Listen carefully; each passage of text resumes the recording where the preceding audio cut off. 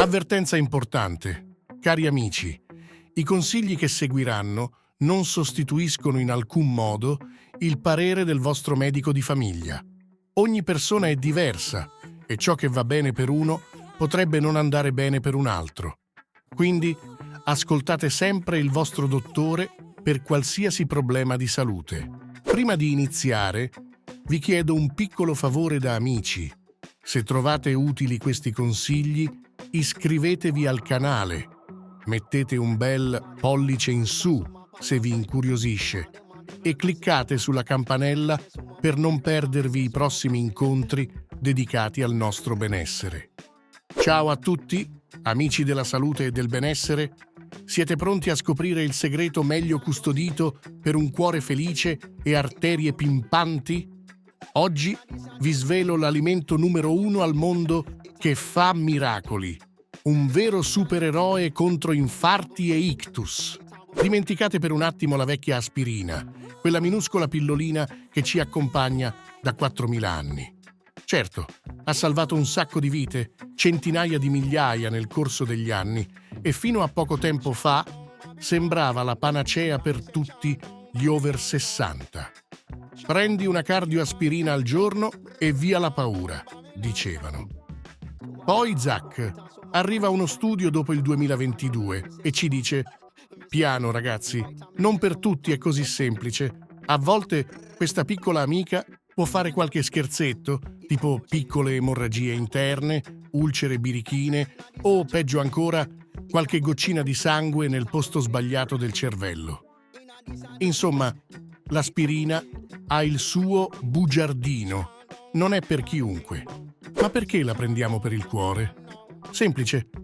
Fluidifica il sangue. O meglio, rallenta la formazione di quei fastidiosi coaguli.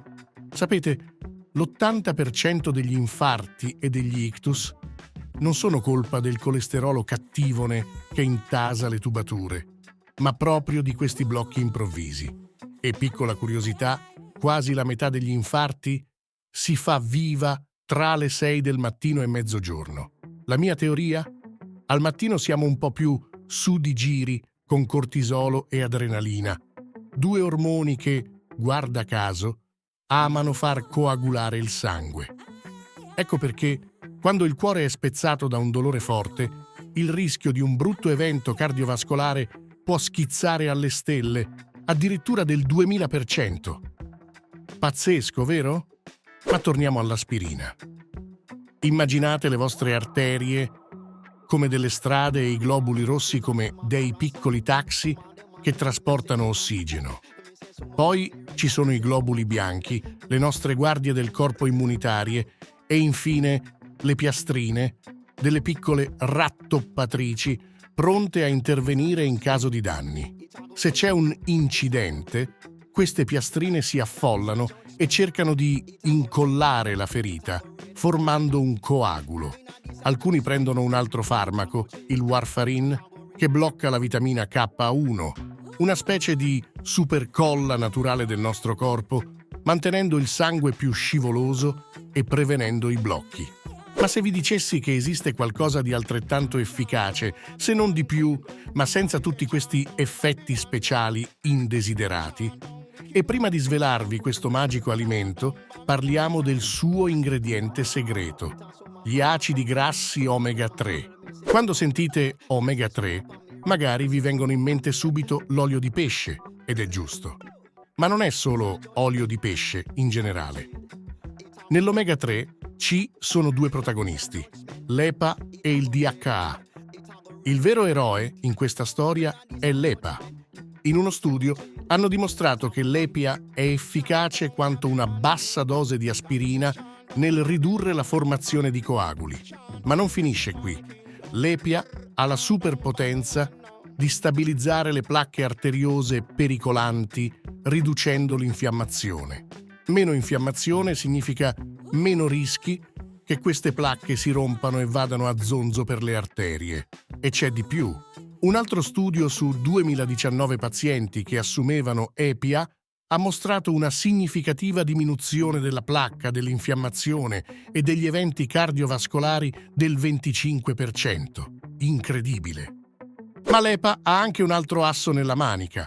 Agisce sull'umore. Aiuta a tenere a bada cortisolo e adrenalina, proprio quei birbantelli che aumentano la coagulazione. Quindi doppio beneficio. Come funziona l'EPA rispetto all'aspirina e al warfarin? Invece di impedire la formazione della supercolla, rende le piastrine meno appiccicose, come se galleggiassero più liberamente nel sangue. L'acido grasso omega 3 EPA sostituisce un ingrediente chiave, quindi la supercolla non si forma proprio. E sapete perché adoro questo approccio? Perché non ci sono effetti collaterali. Aspirina e warfarin ne hanno, l'EPA no. E ora? Rullo di tamburi. Qual è questo alimento prodigioso ricco di EPA? Certo c'è il salmone, lo sgombro, tutti i pesci grassi e l'olio di pesce, ma c'è un altro alimento che ha una marcia in più, l'olio di fegato di merluzzo e il fegato di merluzzo stesso. Entrambi vi forniscono EPA, ma anche due alleati potentissimi, la vitamina A nella sua forma attiva, il retinolo, e la vitamina D. La vitamina A è un vero riparatore dei tessuti interni. Aiuta a mantenere in forma il rivestimento interno del naso, del colon, dei polmoni e, udite udite, anche delle arterie. Ha anche potenti effetti antinfiammatori e studi sugli animali suggeriscono che possa ridurre la placca aterosclerotica. Ma la vitamina D porta tutto a un livello superiore. In uno studio su 1000 composti, la vitamina D si è rivelata la più efficace nel proteggere lo strato interno delle arterie. Ecco perché molti la prendono per la pressione alta. Favorisce la produzione di ossido nitrico, un toccasana per quel rivestimento interno chiamato endotelio.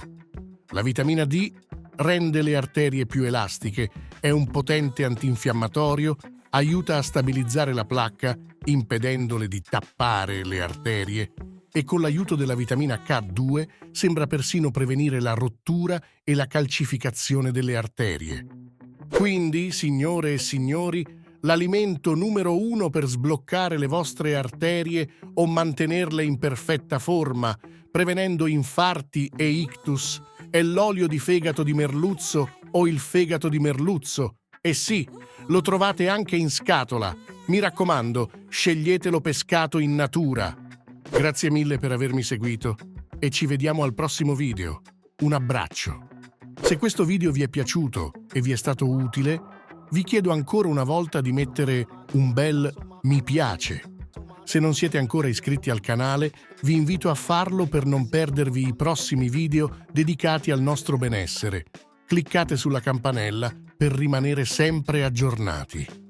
E se conoscete qualcuno che potrebbe trovare utili queste informazioni, non esitate a condividere questo video. Grazie di cuore per avermi seguito fin qui. Ci vediamo nel prossimo video.